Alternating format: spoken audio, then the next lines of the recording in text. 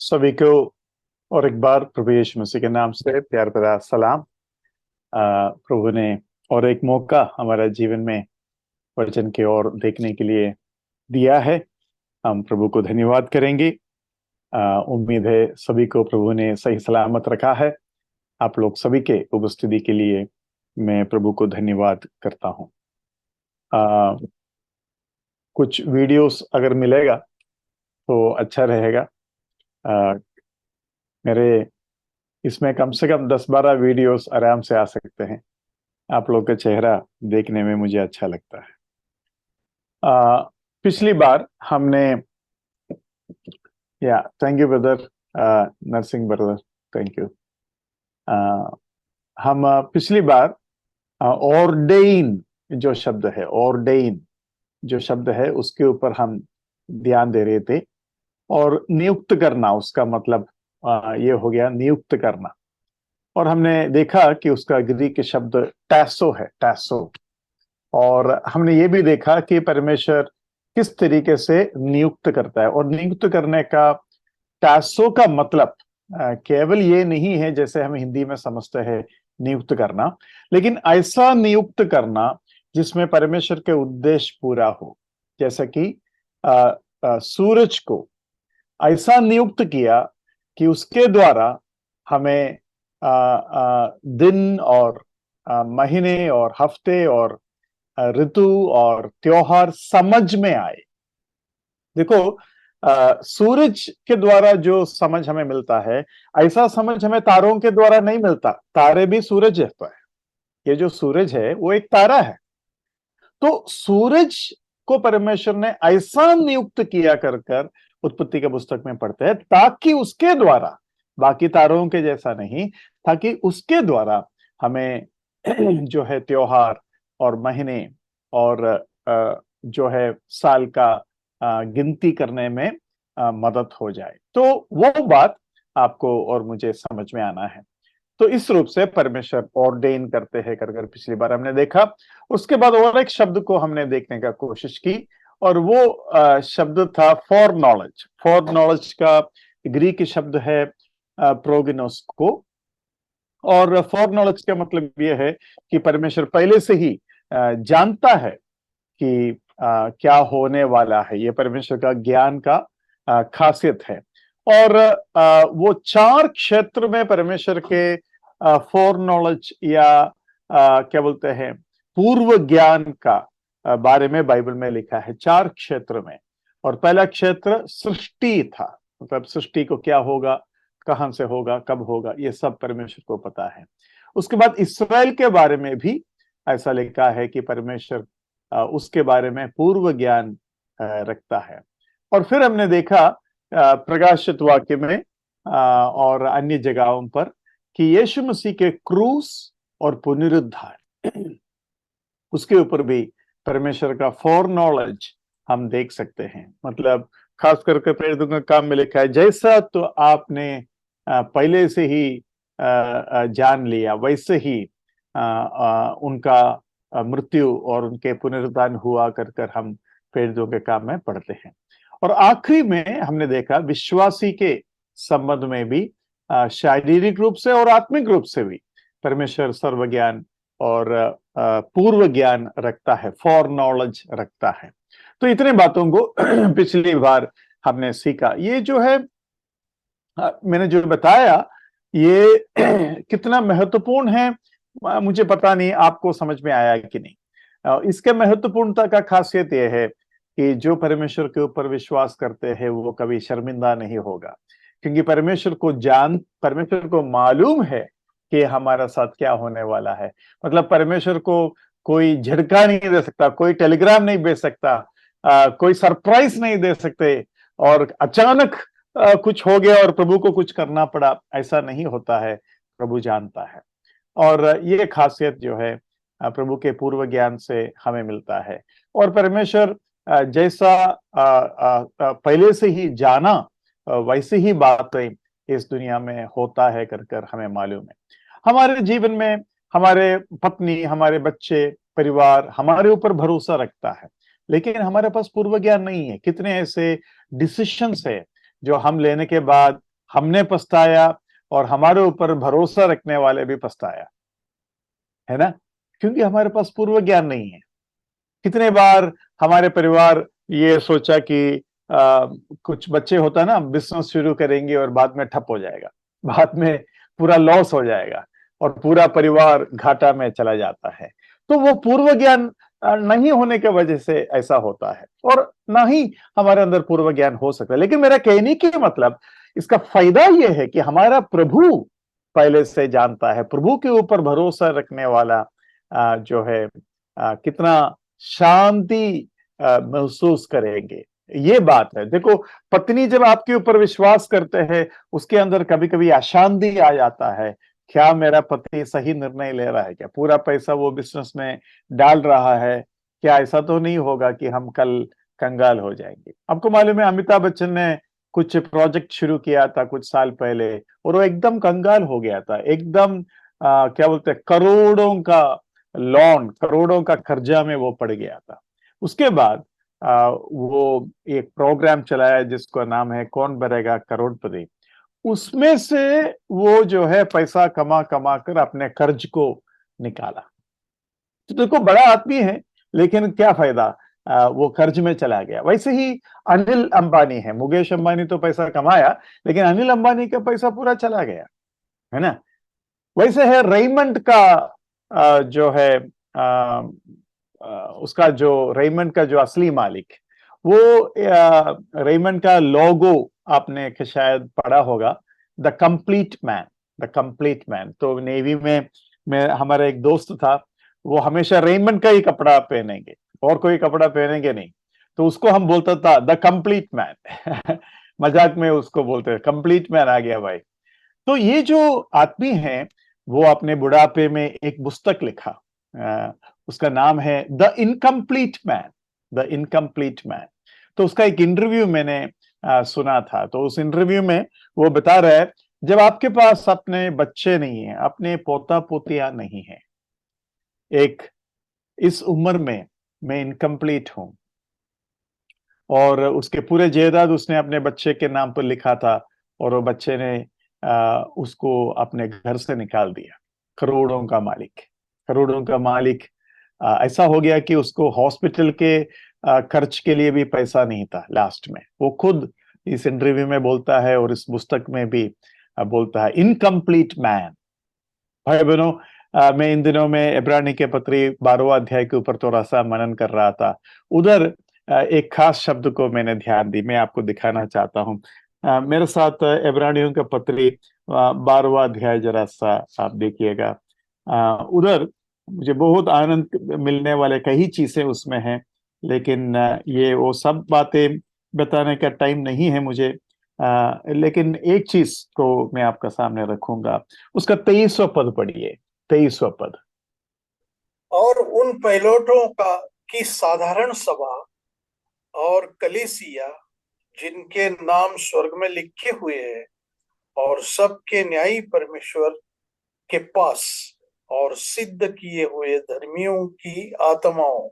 हाँ, सिद्ध किए हुए धर्मियों के आत्माओं, परफेक्ट मैन, कंप्लीट मैन यहां परफेक्ट मैन को आपको मिलेगा। सिद्ध किए हुए धर्मियों के आत्माओं, हम सब परमेश्वर के सामने रेमंड का कपड़ा नहीं पहनकर कंप्लीट होगा, लेकिन प्रभु यीशु मसीह का लहू हमारे सारे पापों से हमें शुद्ध करता है, और तब हम सिद्ध हो जाएगा। सिद्ध मतलब परफेक्ट हो जाएंगे, तो हम तब कंप्लीट मैन हो जाएंगे। प्रभु यीशु मसीह क्रूस पर बोला, कहा इट्स फिनिश्ड।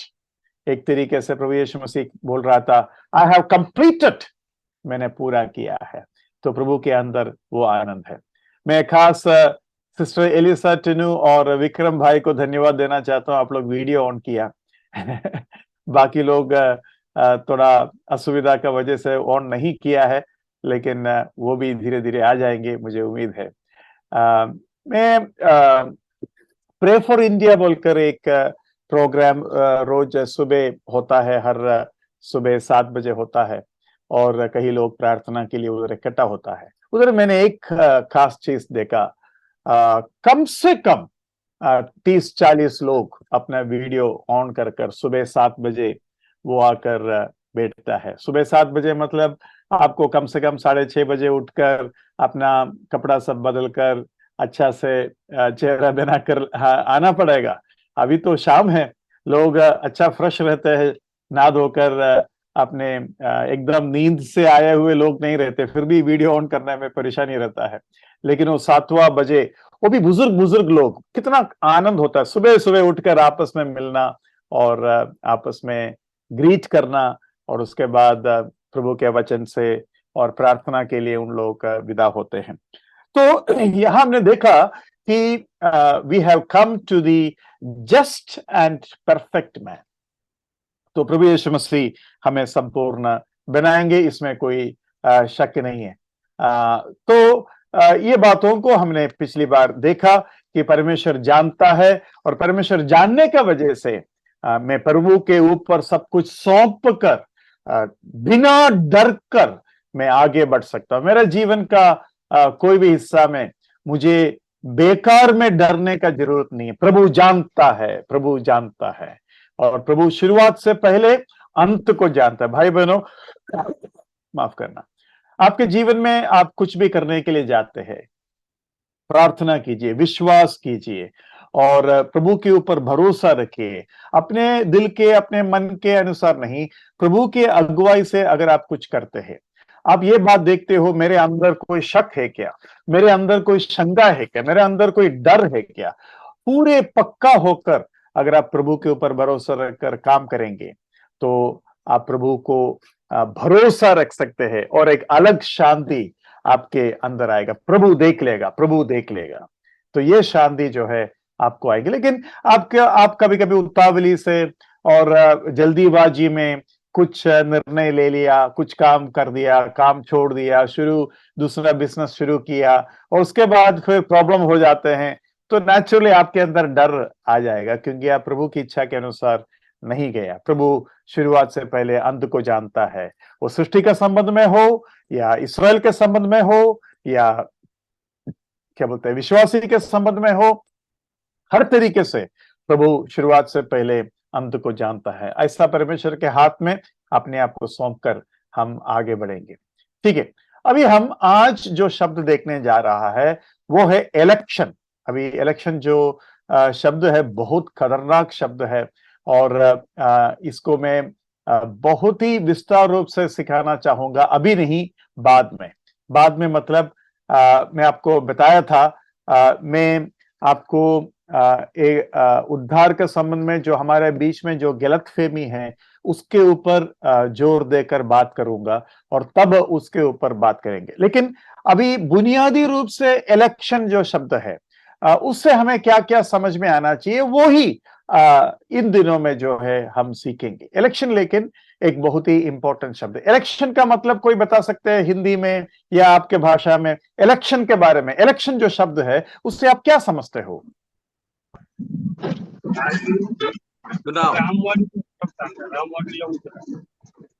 ओके, इलेक्शन मतलब चुनाव, है ना? हाँ, अपना ठीक है। तो आइए हम इलेक्शन के संबंध में क्या क्या समझना चाहिए ये हम जरा देखते हैं। इलेक्शन जो शब्द है उसका जो ग्रीक शब्द है वो ऐसा है, एक्लेक्टोस। एक्लेक्टोस, EKLETOS,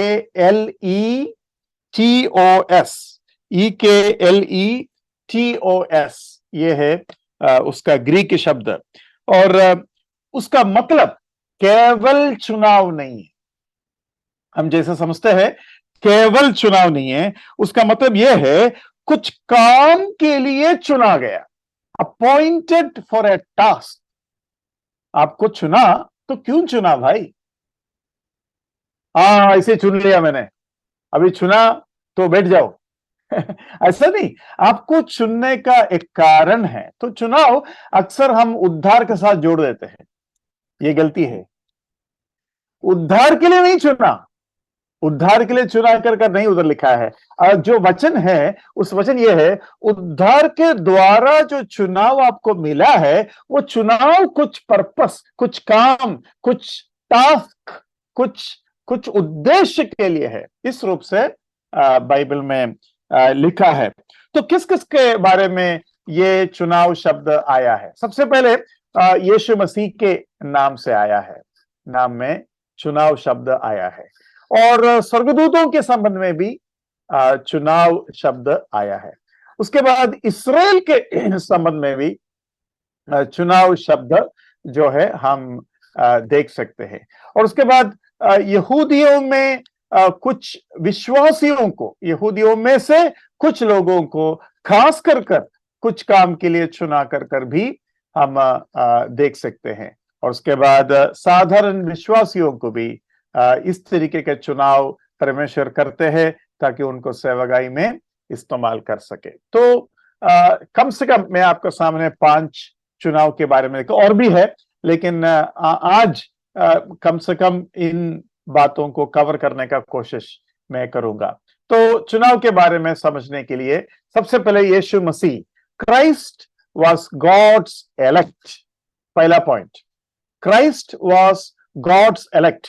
मसीह परमेश्वर का चुना हुआ व्यक्ति है, परमेश्वर का चॉइस है, परमेश्वर का चुनाव है यीशु मसीह के ऊपर। यीशु मसीह परमेश्वर का चुना हुआ व्यक्ति है। आइए, कम से कम हमको 4-5 वचन हमें पढ़ना है, इसलिए मेरा मदद आप करेंगे। पहला पत्रोस 2 उसके 4 पढ़ेंगे। 1 पीटर चैप्टर 2 वर्स 4। उसके पास आकर, जिसे मनुष्य ने तो निकम्मा ठहराया, परंतु परमेश्वर के निकट चुना हुआ और बहुमूल्य जीवता पत्थर है। हाँ, चुना हुआ और बहुमूल्य जीवता पत्थर। देखो, प्रभु यीशु मसीह को चुना गया। अभी आप बताइए, प्रभु यीशु मसीह का उद्धार के लिए प्रभु को चुना गया? नहीं, चुनाव एक उद्देश्य के साथ है, और जीवता पत्थर के रूप में प्रभु यीशु मसीह को चुना। क्यों चुना होगा? अगर जीवता पत्थर के रूप में है तो उसको कोने का सिरा बनाना है। वो पत्थर जिसको कोने का सिरा बनाने के लिए परमेश्वर ने चुना। और उस पत्थर का खासियत यह है, उस पत्थर से जो भी पत्थर जुड़ जाता है वो जीविते पत्थर बन जाते हैं। देखो, वो भी हमने यहां पढ़ा। कैसा पढ़ा? जीविते पत्थर। पहला पत्थर 2 का 4 में हम पढ़ते हैं, but chosen coming to him as to a living stone, rejected indeed by men, but chosen by God and precious. You also as living stones. तुम भी जीविते पत्थर के रूप में, मतलब अगर हम जीविते पत्थर के पास आते हैं तो हम भी जीविते पत्थर बन जाते हैं। इसलिए पत्रस ये बात बता। अभी पत्रस क्यों ये बात बता रहे हैं? क्योंकि पत्रस का नाम ही वो है, पत्थर। अभी आपको समझ में आ गया होगा, पत्रस, पत्थर, ये दोनों शब्द कैसे मिलता है? देखो, समझ में आया? है पत्थर, पत्रस, पीटर। इंग्लिश में, ग्रीक में पेट्रोस, पेट्रा। पेट्रोस मतलब छोटा पत्थर, पेट्रा मतलब बड़ा पत्थर। बड़ा पत्थर नहीं बोल सकता, चट्टान, चट्टान जैसा पत्थर, पेट्रा। तो यीशु मसीह पेट्रा है, और पत्रस कौन है? पेट्रोस है। पेट्रोस, पत्रस वो हिंदी में जब आया पत्रस आया, लेकिन वो पेट्रोस है। पेट्रोस का मतलब क्या है? कोई बताइए, पेट्रोस का मतलब क्या है? नहीं, पत्थर। हाँ, पत्थर, छोटा पत्थर है ना। तो ये जो छोटा पत्थर है वो अपना प्रभु को कहता है वो चट्टान है, और ये छोटा पत्थर बोलता है हम जीवते पत्थर जैसे इस चट्टान जैसे पत्थर के पास आएंगे और उसके साथ जुड़ जाएंगे। और वो पत्थर परमेश्वर का चुना हुआ पत्थर है। अभी मैंने कहा था इस पत्थर का चुनाव का एक कारण है वो कोने का सिरा बनाएंगे, लेकिन और एक उसका उद्देश्य है। दानियल के पुस्तक में हम पढ़ते हैं कि एक ऐसा पत्थर आया जो बिना हाथ का छुआ हुआ आया, ए स्टोन विदाउट हैंड्स। मतलब एक पत्थर आया जो किसी ने फेंका नहीं, वो खुद आया और आकर क्या किया? वो जो साम्राज्यों का पुतला था उसके पांवों पर गिर गया और पूरा पुतला, पूरा जो मूर्ति है वो धूल समान हो गया कि उनका नामो निशानी नहीं रहा। और वो पत्थर इतना बड़ा हो गया कि वो पृथ्वी में भर गया। दानियेल की पुस्तक 2 अध्याय में आपको ये दर्शन और उसके अर्थ बाद में मिल जाएंगे। तो उधर क्या हम देखते हैं, वो एक ऐसा पत्थर है जहां क्या बोलते हैं, चट्टान जैसे पृथ्वी में भर जाएगा, मतलब वो पृथ्वी को राज करेंगे। वो पत्थर सारे साम्राज्यों को धूल बना देगा। तो वो उधर एक मकसद उधर हमको समझ में आता है। पत्थर का और भी मकसद बाइबल में है, जैसे कि कॉर्नर स्टोन लिखा है, लेकिन दूसरा जगह पर कैप स्टोन लिखा है। कैप स्टोन ऐसा भी लिखा है। कैप स्टोन के बारे में मैंने यहां पहले सिखाया था, इसलिए मैं उसके ऊपर नहीं जाऊंगा। बहुत ही दिलचस्प कुछ बातें उसमें से सीखने को मिलेगा, लेकिन मैं पहले उसको सिखाया है कर कर मुझे याद है। मुझे ये भी मालूम है कि आप में से 99% लोग उसको भूल गया होगा है ना। लेकिन इस तरीके से दोबारा दोहराना है तो फिर बात आगे नहीं बढ़ेंगे, इसलिए आप उसके ऊपर थोड़ा सा ध्यान दीजिए। लेकिन उसका आपका इच्छा देकर मुझे लगता है कि थोड़ा सा बताना चाहिए। उसका कहानी ऐसा है, कैपस्टोन। कैपस्टोन मतलब कैप। कैप मतलब क्या है, सबसे ऊपर आने वाला चीज है ना, कैप। तो ये जो कैपस्टोन है, ये है पूरे कमरा या मंदिर का सबसे उत्तम पत्थर। वो है छोटी, है ना, मंदिर का छोटी कैपस्टोन। तो क्या हुआ, जब मंदिर बनाते हैं, राजमहल बनाते हैं, कोई भी बड़ा जैसा ताजमहल जैसा कुछ बड़ा सा कुछ बनाते हैं, तो इसका जो कैपस्टोन होता है वो सबसे पहले भेजा जाता है। लेकिन उसका काम कब आएगा, सबसे लास्ट में। आपको समझ में आइडिया मिला है? तो इतने पत्थर आता है, इतने पत्थर आता है, काम शुरू हो जाता है और सालों लग जाते हैं। तो सालों के काम में क्या हो जाता है, ये जो कोने का पत्थर जो सबसे बहुमूल्य है, सबसे बड़ा है, लेकिन उसका शेप जो है ऐसा है कि गलती से भी हम और कहीं नहीं लगा सकता इसको। अभी हजारों पत्थर आते हैं, करोड़ों लाखों पत्थर आते हैं। अभी सोचो कि ताजमहल बना रहे हैं, लेकिन ताजमहल के चोटी में सबसे ऊपर जो स्टोन बना रखना है उसको कैप स्टोन बोलता है। ऐसा आप सोचो। तो वो पहले से दिया, लेकिन वो कहीं भी और कहीं भी फिट नहीं होगा।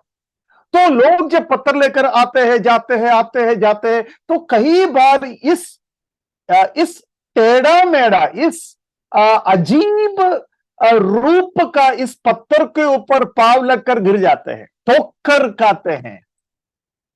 इसलिए प्रभु यीशु मसीह बोलता है, जो पत्थर निकम्मा ठहराया गया वो कोने का सिरा बना, क्योंकि वो कोने के सिरा के लिए बनाया गया हुआ पत्थर था, वो और कहीं फिट नहीं होगा। तो सभी लोग सोचे, यार ये पत्थर कितना डिस्टरबेंस करता है, रास्ते में आ जाता है, उसको उधर फटका दिया, यहां झटका दे दिया। तो ये हो होकर लास्ट में काम पूरा जब खत्म हो गया, इंजीनियर, चीफ इंजीनियर, जिसको हम मुख्य क्या बोलते हैं, इंजीनियर बोल सकते हैं या कार्यकर्ता बोल सकते हैं, वो बोलेंगे कोने का सिरा कहां है, लेके आओ कैपस्टोन। तो सभी लोग ढूंढ रहे, कहां भाई, किसी को कुछ मालूम ही नहीं है कहां है।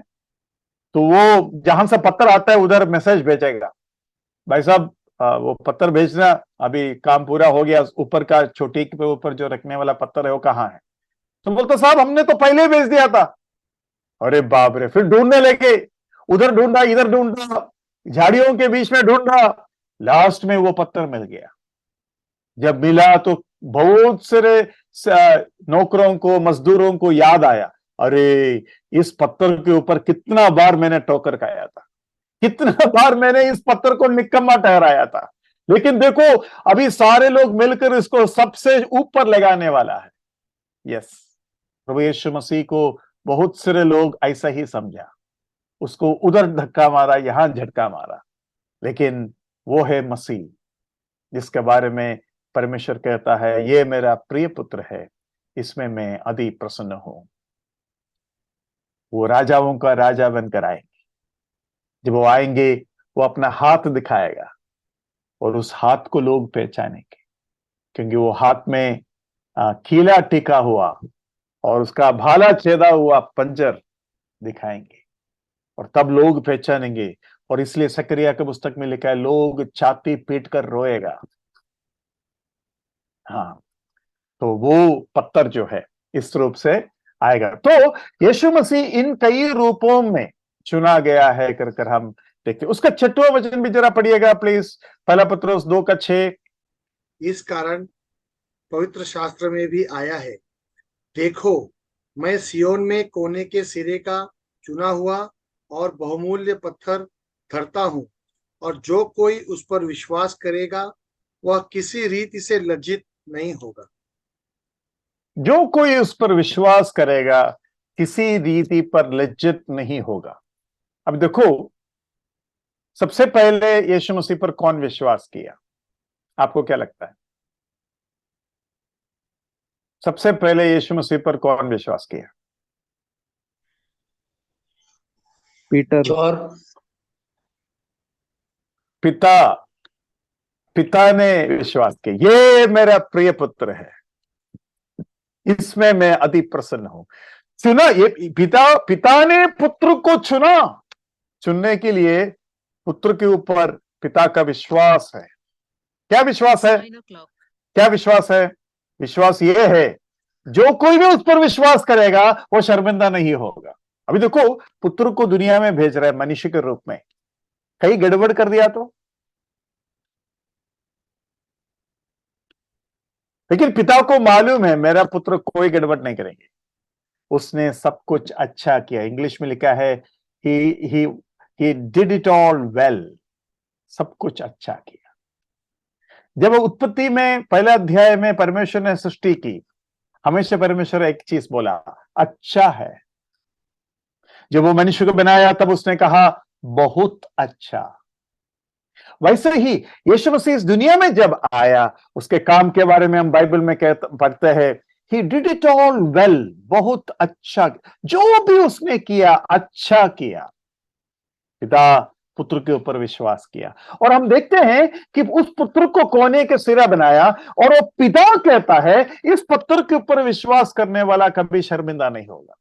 केवल कामयाबी के बारे में नहीं, दया, करुणा, माफी, अनुग्रह, है ना। अभी देखो, हम भी अनुग्रह दिखाते हैं कईयों को, हम भी माफी देते हैं, हम भी प्रेम करते हैं, लेकिन हमारा प्रेम में सीमा है। एक ऐसा पॉइंट आ सकता है जहां हमारा गुस्सा आ जाएगा, हम टूट जाएगा।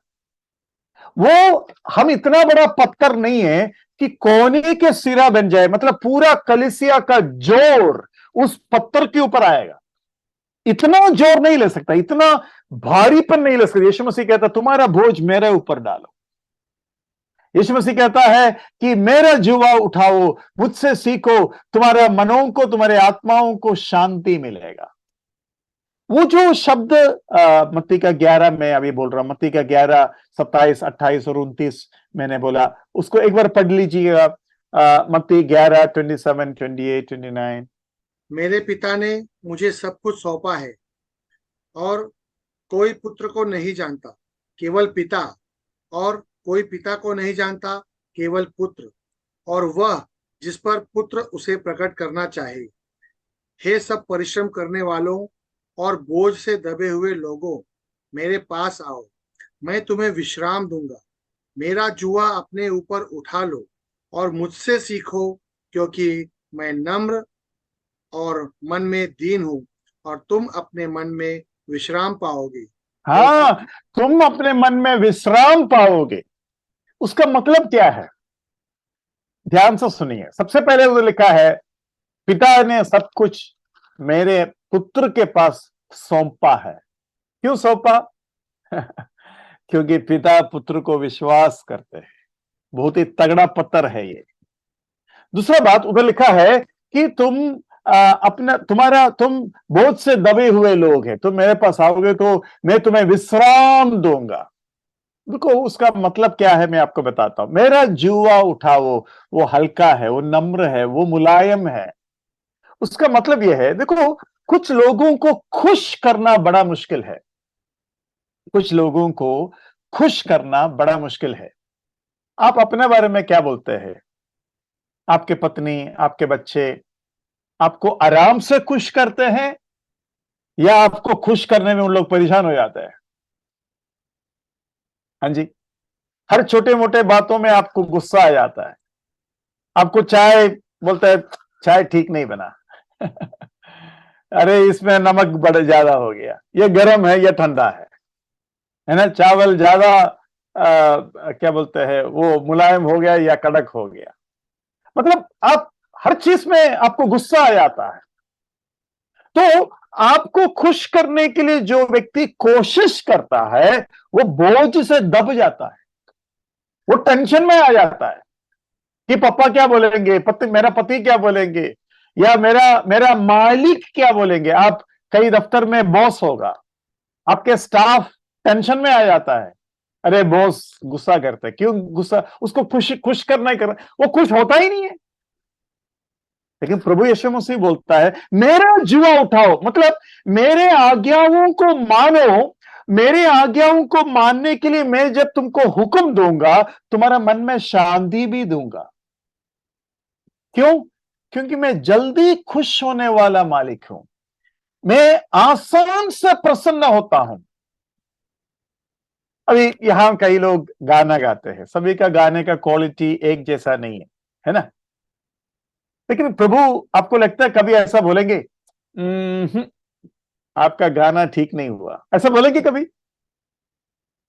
अगर आपने प्रभु के लिए गाया है, उसका छोटा मोटा अर्थ समझकर प्रभु का भजन किया है, अकेला हो, साथ में हो या जूम मीटिंग में हो, प्रभु प्रसन्न हो जाएगा।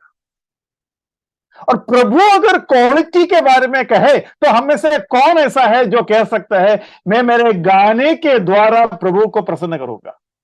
ऐसा तो हिम्मत किसी के पास नहीं है। अच्छा, मैं एक चीज पूछूं, स्वर्ग में क्या बोलते हैं गाना गाने वाले लोग है क्या स्वर्ग में?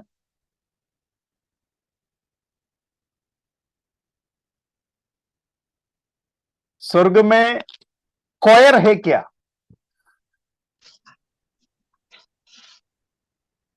स्वर्गदूत वहां प्रशंसा करते हैं उनके। ठीक है, मैं ये पूछ रहा हूं गाना गाने का कॉयर, गाने का प्रैक्टिस, गाने का प्रोग्राम स्वर्ग में है क्या? है। कुछ एग्जाम्पल दीजिए।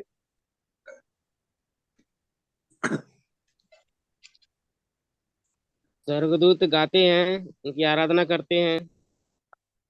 कहां, आपको कहां से पता चला? आराधना करते हैं लेकिन गाना गाते कर कहां लिखा है? कहाँ लिखा ये तो नहीं मालूम, लेकिन ऐसे हम लोग आराधना के समय पे गाना गीत गाते हैं तो ऐसा प्रतीत होता है कि उसमें भी ऐसा होगा। अब जैसे भजन में भी पूरा भजन जो है गीतों से भरा पड़ा है। नहीं वो ठीक है, तो स्वर्गदूत स्वर्गदूत स्वर्ग में गाना गाता है या नहीं? हाँ, ये गाते तो गाते हैं। हाँ, गाते तो हैं, रेवलेशन में है। रेवलेशन में है, रेवलेशन में गाना गाते हैं करके लिखा है। पवित्र पवित्र। हाँ, वो आराधना है, वो भी एक गाना टाइप ही है, आप सही कहा। लेकिन यीशु मसीह के जन्म के टाइम पर एक गाने के बारे में आपने सुना होगा, क्या क्या क्या याद आ रहा है? लूक 2:13। अरे बाप रे, एकदम सही वचन बताया। पढ़िए लूक 2 अध्याय उसका 13वां पद, उधर एक और खास चीज आपको मिलेगा, पढ़िए 2 का 13। तब एकाएक उस स्वर्गदूत के साथ स्वर्गदूतों का दल परमेश्वर की स्तुति करते हुए और यह कहते कहते दिखाई दिया, आकाश में परमेश्वर की महिमा और पृथ्वी पर उन मनुष्यों में से जिनसे वह प्रसन्न है शांति हो। हाँ, देखो उधर वो गाना गाते हैं, और उधर कितने लोग गाना गाते हैं? एंजल, इंग्लिश में पढ़ता हूं, suddenly there was with the angel a multitude of the heavenly host, a multitude of the heavenly host, Hindi में दल लिखा है, मतलब हजारों के झुंड स्वर्गदूत गाना गाते हैं। अभी वो गाना रोज सुनने वाला प्रभु, हमारा मराठी विश्वासियों का जूम मीटिंग में जब गाना गाते हैं, कैसे लगता होगा प्रभु को? तब यीशु मसीह कहता है, बेटा तुम घबराओ मत, तुमको मैंने कहा था प्रार्थना करो, मैंने कहा वचन सुनाओ, मैंने कहा गाना गाओ, तुमने गाया ना, शांति से गाओ। मेरा जुआ उठाओ, मतलब मेरा आज्ञा, मैंने जो भी तुमको बोला, जो बोझ है तुम उठाओ। लेकिन जब तुम उठाओगा तुम्हारे मनों में शांति भी मिलेगा, क्योंकि तुम एक ऐसा मालिक का सेवा करते हो जो जो दीन है। अच्छा, मैं एक चीज पूछूं, आपने कभी कोई दीन मालिक का सेवा किया है क्या?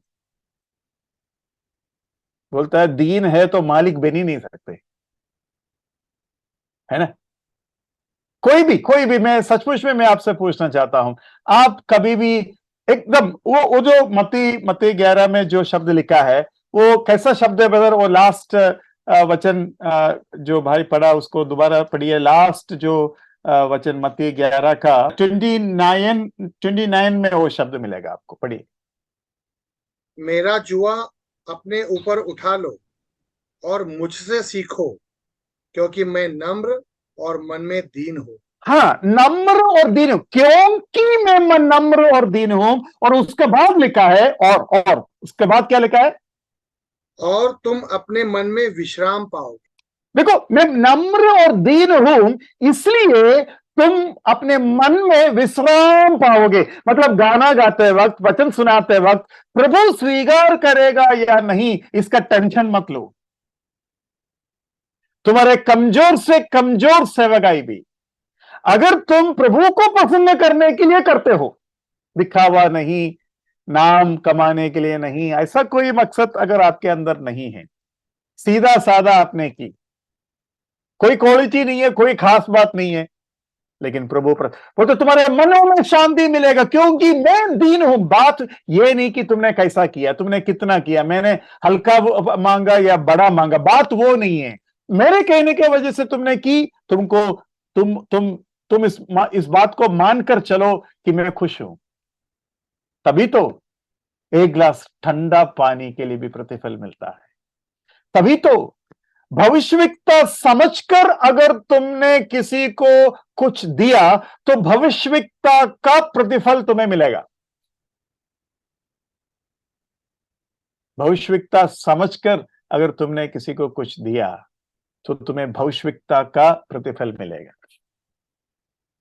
मतलब प्रभु को अगर आप कुछ देते हैं, अब आप अकाउंट बॉस को देते हैं, आप प्रोडक्ट्स बॉस को देते हैं, काम करने के बाद बॉस को जाकर बताते हैं मैंने ऐसा ऐसा काम किया, तो वो सारे बातों में टेंशन आता है लोगों को, क्योंकि अरे यार कैसा होगा, क्या बोलेगा, है ना? और डांटेगा।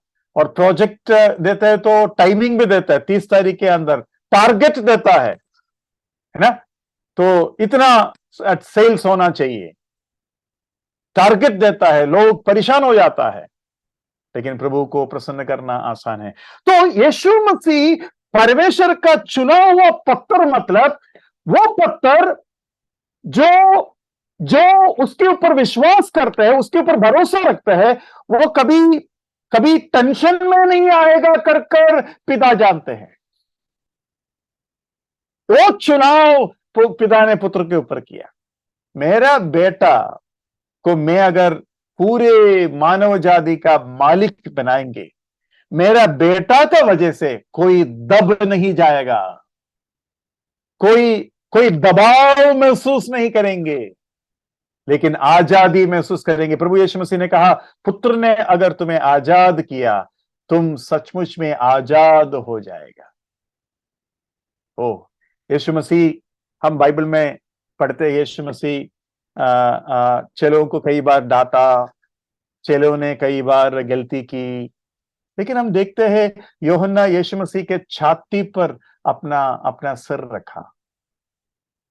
पतरस को यीशु मसीह ने कहा, पतरस अगर तुम जाना चाहते हैं तुम भी जा सकते हैं। पतरस कहता है, जीवन का वचन तुम्हारे पास है, हम कहां जाओ?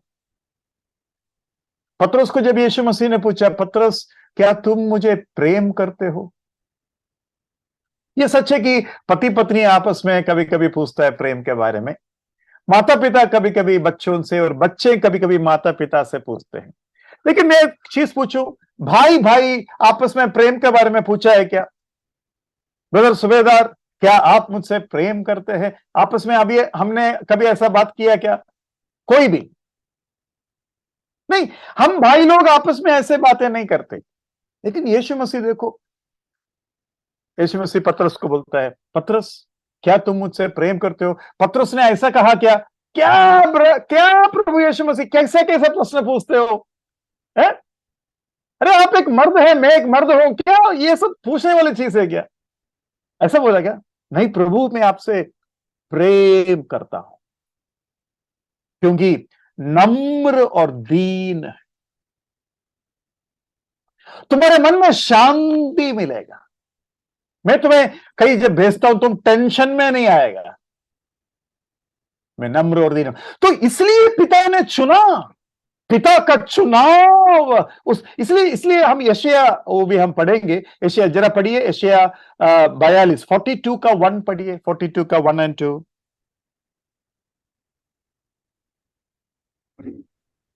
मेरे दास को देखो जिसे मैं संभाले हूं, मेरे चुने हुए को जिससे मेरा जी प्रसन्न है। हाँ, जिससे मेरा जी प्रसन्न है, जिससे मेरा जी प्रसन्न है मतलब मन। हाँ, मतलब मेरे अंदरूनी व्यक्तित्व को खुश कर देता है। मैं आपको एक चीज बताऊं, जब यीशु मसीह क्रूस पर चढ़ा, पिता का जी प्रसन्न हो गया। जब लोग उनको पकड़ने के लिए आए, जब यूहन्ना मारा गया, जब यीशु मसीह कईयों को चंगाई किया और कई लोग उसको राजा बनाने की कोशिश की, तब यीशु मसीह उस जगह से हट गया, टिप गया, भीड़ से दूर चला गया। अपने आप को बड़ा करने का कोई भी कोशिश यीशु मसीह की तरफ से हुआ नहीं। और उस संदर्भ में फिर हम पढ़ते हैं, ये मेरा प्रिय दास है, ये मेरा प्रिय दास है। भाई बहनों, कितने बार हमारे जीवन में बड़ा बनने का मौका जब आया, हमने उसको क्या बोलते हैं, कूद कर पकड़ लिया। हम जब बड़ा बनने का कोशिश की, हम जब अपने आप को सही स्थापित करने का मौका जब आया, हमें जब आवाज उठाने का मौका जब आया, तब हम किस तरीके से हमारा एक्शन था, वो एक्शन देखकर पिता का जी दुखी हो गया। नम्र बनने का जगह हम घमंड से भरा, प्रभु का जी टूट गया। लेकिन पुत्र को जब ऐसे मौका आया, पुत्र क्या किया? पुत्र पीछे हट गया। जरा उसको देखिए, मत्ती के सुसमाचार में उसके 12वां अध्याय में सबसे पहले हम पढ़ते हैं यूहन्ना का मृत्यु यीशु मसीह ने सुना। उसके बाद हम पढ़ते हैं फरीसी लोग उसको नाश करने का कोशिश की। उसके बाद हम पढ़ते हैं कि कई लोग चंगाई पाया। 3 बातें उधर होता है। लेकिन आप 14, 15 और 16 पढ़िए। 14, 15 और 16, मत्ती 12 का 14, 15 और 16। तब फरीसियों ने बाहर जाकर उसके विरोध में सम्मति की कि उसे किस प्रकार नाश करें। यह जानकर यीशु वहां से चला गया और बहुत लोग उसके पीछे हो लिए, और उसने सबको चंगा किया और उन्हें चिताया कि मुझे प्रकट ना करना। हाँ, तब यशायाह का कहा हुआ वो भविष्यवाणी पूरा हो गया। 17 और 18 भी पढ़िए। कि जो वचन यशायाह भविष्यवक्ता के द्वारा कहा गया था वह पूरा हो, कि देखो यह मेरा सेवक है जिसे मैंने चुना है, मेरा प्रिय जिससे मेरा मन प्रसन्न है। मैं अपना हाँ, आत्मा उस बस पर डालूंगा। बस देखो, पकड़ने के लिए आया, यीशु मसीह ने कुछ किया नहीं। मल्टीट्यूड्स, भीड़ के भीड़ यीशु मसीह के पीछे हो लिया। यीशु मसीह ने उन सभी को चंगाई की। जब आपके पास दुश्मन है और भीड़ के भीड़ आपका फॉलोवर्स है, तो आप क्या करेंगे? आपका 100 दुश्मन है, लेकिन 5,000 आपका फॉलोअर्स है और उन 5,000 लोग आपके लिए कुछ भी करने के लिए तैयार है, आप क्या करेंगे? आप उनको बोलेंगे मेरे बारे में किसी को कुछ भी मत कहना, और वो छिप गया, आप छिपेंगे? आप छिपेंगे हाँ नहीं। शायद। हम मौकाओं को नहीं खो बैठते, हम कूद जाते हैं, लेकिन प्रभु यीशु मसीह छिप गया, और तो लिखा है ये मेरा प्रिय पुत्र है, ये मेरा प्रिय दास है। वो अपने अपने अपने कामयाबी को हो या अपने मेहनत, अपने अपने काम, सब कुछ दिखाने के लिए नहीं करते। प्रभु आपको सहायता करे। यीशु मसीह को चुनने का रहस्य हमें उधर समझ में आता है। आपको और मुझे, खास कर प्रभु के सेवकों को, आजकल थोड़ा सेवा करोगे उससे डबल दुनिया को पता चलता है। एक आत्मा उद्धार पाओगे तो 1000 का असर पड़ता है, 1000 को उद्धार देने का असर व्हाट्सएप में आ जाएगा। है ना? मतलब महाराष्ट्र में मेरा ख्याल से ज्यादा होता नहीं है ये बात में, इस बात को मुझे मानना पड़ेगा, लेकिन बाकी जगहों पर खतरनाक रूप में होता है।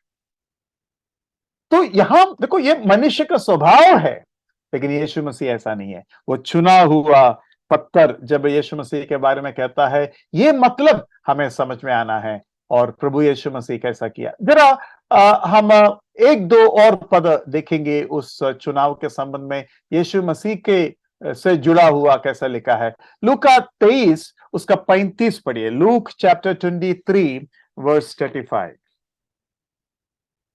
लूका 23 का कितना? 35। लोग खड़े खड़े देख रहे थे और सरदार वे डट्ठा करके कहते थे कि इसने औरों को बचाया। यदि यह परमेश्वर का मसीह है और उसका चुना हुआ है तो अपने आप को बचा ले। हाँ, यदि चुना हुआ है तो अपने आप को बचा ले। यदि चुना हुआ है। अभी यहां का प्रॉब्लम क्या है? यहां का चुनाव ये दुश्मन लोग बता रहा है। दुश्मन को पता है कि यीशु मसीह किस लिए चुना गया है। वो सोचता है अगर चुना हुआ है तो बचना चाहिए, लेकिन सच्चाई यह है वो चुना हुआ है बलि होने के लिए। ये परमेश्वर का मेमना है जो बहुतों का पाप अपने ऊपर उठा ले जाता है। वो चुना हुआ मेमना है, चुना हुआ परमेश्वर का मेमना है। तो देखो, चुनाव के बारे में लोग क्या समझते हैं। अभी इलेक्शन कई स्टेट में चल रहा है। इलेक्शन के बाद, इलेक्शन के पहले वो मंत्री हर घर में आता है। इलेक्शन के बाद इलेक्ट हो जाता है, चुना हुआ आदमी बन जाते हैं।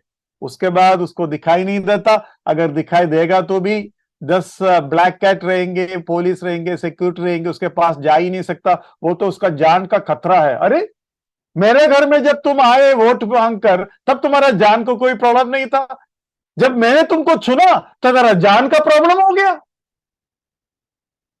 अपने आप को बचाने लगे। यही इन लोग होता है, अगर वो चुना हुआ है तो अपने आप को बचाओ। नहीं नहीं नहीं नहीं, वो तो दुनिया का तरीका है। चुना हुआ लोग, इलेक्टेड लोग, इलेक्शन के बाद सारे लोगों को प्रोटेक्शन चाहिए। लेकिन यीशु मसीह ऐसा नहीं है, वो मरने के लिए चुना हुआ है। ओ प्रेज द लॉर्ड। क्या फर्क है ना, क्या उल्टा चलता है दुनिया। इसलिए तो प्रेरित लोगों का काम का द्वारा प्रभु का वचन में ऐसा लिखा है, वो दुनिया को कैसा बोलता है, he move the world upside down. उसको हिंदी में कैसे बोला है? दुनिया को संसार को उलट पुलट दिया, संसार को उलट पुलट दिया। उलट पुलट दिया, वो जो शब्द है, उलट पुलट दिया वो जो शब्द है, ही टर्न्ड अपसाइड डाउन, मतलब ऊपर का नीचे और नीचे का ऊपर कर दिया। मतलब संसार का तरीका उल्टा है। जीत मरकर थोड़ी होता है, जीत तो दूसरों को मारकर होता है। यीशु मसीह बोलता है नहीं नहीं नहीं, असली जीत तो मरने के द्वारा होता है। मतलब बिना मरकर एक बीज कैसा जीतेंगे? बिना मरकर एक आम का रस आप कैसा खाओगे?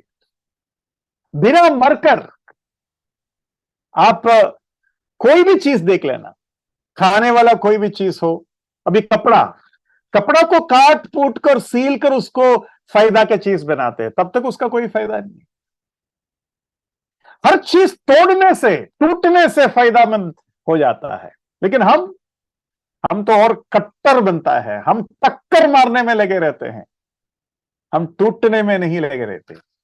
ये मेरा दास है। भाई बहनों, ये चुनाव जरा सोचिए। प्रभु यीशु मसीह कहता है, तुम अगर मुझ पर विश्वास करोगे तो तुम कभी शर्मिंदा नहीं होगा। और पहला पत्रोस 2:4 में भी हमने पढ़ा, पहला पत्रोस 2:6 में भी हमने पढ़ा कि किस तरीके से उसके ऊपर विश्वास करने वाला कभी शर्मिंदा नहीं होगा। उसके पर विश्वास करने वाले के लिए, उधर और एक शब्द है, उसके पर विश्वास करने वाला के लिए वो बहुमूल्य है। He is precious. For those who believe, he is precious. He is precious. वो बहुमूल्य है, चुना हुआ पत्थर। प्रभु आपको और मुझे सहायता करे, इस चुना हुआ पत्थर के साथ, पत्थर के पास जब हम आते हैं, हम भी जीविते पत्थर बनता है, जीविते पत्थर बनता है। इलेक्शन, चुनाव हम हमेशा उद्धार के साथ जोड़ते हैं। नहीं, प्रभु यीशु मसीह का चुनाव उद्धार के लिए नहीं है, सबसे पहले वो चीज है। और दूसरा चीज ये है, चुनाव हमेशा एक काम, एक पर्पस, एक टास्क, एक प्रोजेक्ट के लिए है। वो आपको समझ में आना है। इलेक्शन हम हमेशा उद्धार के साथ जोड़ देते हैं, लेकिन वचन उस तरीके से नहीं सिखाता। यहां का शिक्षा जो हमें मिलता है, सबसे पहले यीशु मसीह के ऊपर, मैंने कहा था, स्वर्गदूत के ऊपर, इस्राएल के ऊपर, यहूदी झुंडों के ऊपर और विश्वासियों को सेवगाई के लिए इलेक्शन का शब्द इस्तेमाल किया है। और उसको एक एक कर हम बाद में सीखेंगे। आज के लिए मैं यहां समाप्त करता हूं। प्रभु के नाम के महिमा हो। सभी को जय मसीह।